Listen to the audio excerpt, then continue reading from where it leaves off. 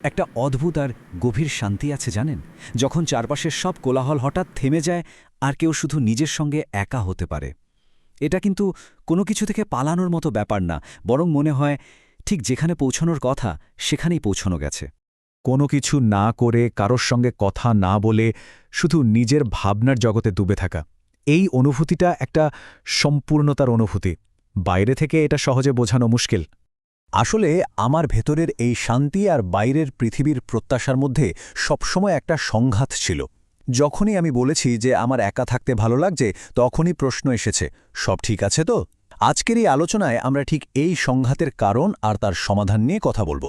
তো চলুন মূল সমস্যাটা বোঝার চেষ্টা করি। সমাজ প্রায়ই একা থাকাকে একাকিত্ব বা নিঃসঙ্গতার সঙ্গে গুলিয়ে ফেলে। তারা ধরে নেয় কেউ যদি একা থাকে তার মানে সে হয়তো অসুখী অথবা তার কোনো বন্ধু নেই। মানে যাদের মন সবসময় বাইরের জগৎ থেকে নতুন কিছু খোঁজে, যেমন ধরুন আড্ডা বা নতুন কোনো ঘটনা, তাদের কাছে একা থাকা মানেই তো শূন্যতা। কিন্তু যাদের ভেতরের জগৎটাই যথেষ্ট জীবন্ত, তাদের কাছে এই একা থাকাটাই হলো পূর্ণতা। আর এই ভুল বোঝাবুঝি থেকেই একটা ক্লান্তিকর চক্রের জন্ম হয়। দেখুন, প্রথমে আপনি একা থাকতে চাইলেন, তারপর অন্যরা আপনার জন্য চিন্তা দেখানো শুরু করল। তখন আপনার নিজের মনেই প্রশ্ন জাগতে শুরু করে, আমার কি সত্যি কোনো সমস্যা আছে?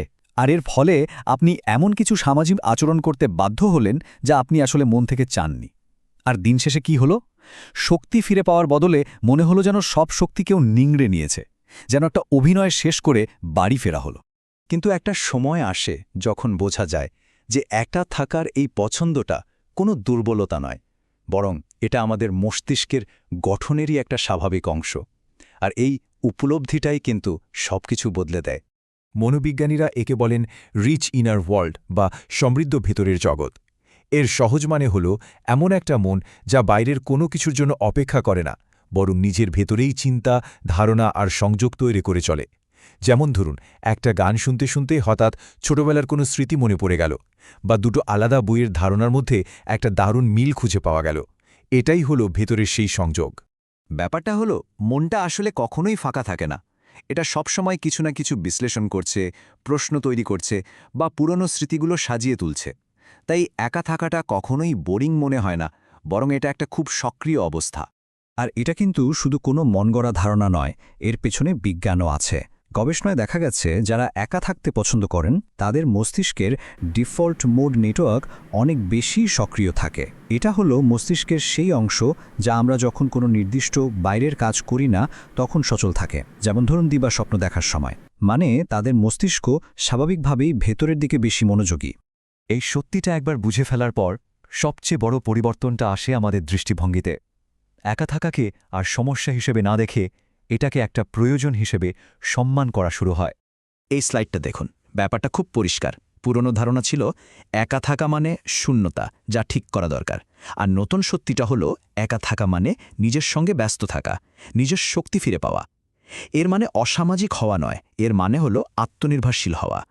এর মানে কিন্তু এই নয় যে মানুষজনকে অপছন্দ করা হয়। আসলে যখন কারো ভেতরের জগতে অনেক কিছু চলতে থাকে, তখন বাইরের কারোর সাথে কথা বলতে গেলে সেই ভেতরের আলোচনাটা থামিয়ে দিতে হয়। মনোযোগের এই স্থানান্তরটা মস্তিষ্কের জন্য বেশ শক্তি খরচ করে ফেলে। বেশ, আমরা তো বুঝলাম কেন এমন হয়। এখন প্রশ্ন হলো, এই নতুন উপলব্ধিটাকে বাস্তবে কিভাবে কাজে লাগানো যায়। চলুন একটা সহজ ব্যবহারিক রূপরেখা দেখে নেওয়া যাক। এখানে 4টি সহজ ধাপ আছে। প্রথমত, শনাক্ত করুন কখন আপনি সামাজিকতার অভিনয় করছেন, যেমন ক্লান্ত থাকা সত্ত্বেও বন্ধুর অনুরোধে পার্টিতে হাসি মুখে কথা বলা। দ্বিতীয়ত, সেই মুহূর্তে আপনি আসলে কি করতে চান সেটা পরিষ্কারভাবে ভাবুন। হতে পারে আপনি তখন বরং একটা সিনেমা দেখতে চান। তৃতীয়ত, এর জন্য অজুহাত দেওয়া বন্ধ করুন। লম্বা ব্যাখ্যা না দিয়ে শুধু বলুন, আজ আমার একটু একা থাকতে ইচ্ছে করছে। আর চতুর্থত এবং সবচেয়ে গুরুত্বপূর্ণ, আপনার শক্তি স্তরে যে পরিবর্তনটা আসছে সেটা লক্ষ্য করুন। দেখবেন নিজের প্রয়োজনকে গুরুত্ব দিলে নিজেকে কতটা হালকা আর প্রাণবন্ত লাগে। এই উদাহরণগুলো যেন আমার জীবনেরই গল্প। একটা সময় ছিল যখন পার্টিতে না যাওয়ার জন্য অজুহাত খুঁজতে হতো, আর এখন আমি কোনো অপরাধবোধ ছাড়াই বলতে পারি, আজ রাতে আমার পরিকল্পনা হলো একটা ভালো বই আর এক কাপ চা, কারণ আমি জানি এটাই আমার শক্তি ফিরে পাওয়ার আসল উপায়।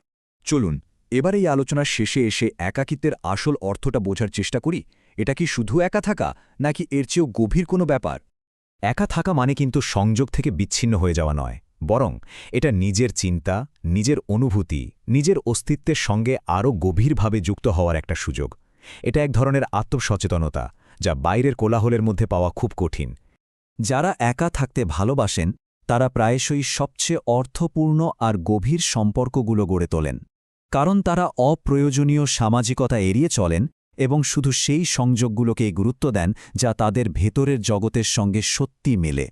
পরিশেষে এই কথাটা মনে রাখা খুব জরুরি। একা থাকার ক্ষমতা কোনো ত্রুটি নয়, এটা একটা উপহার। আপনি ভাঙা নন, আপনার ভেতরের জগৎটা জটিল এবং সমৃদ্ধ, আর এই জগৎকে সম্মান করা এবং এর যত্ন নেওয়াই হল নিজের প্রতি সবচেয়ে বড় দায়িত্ব।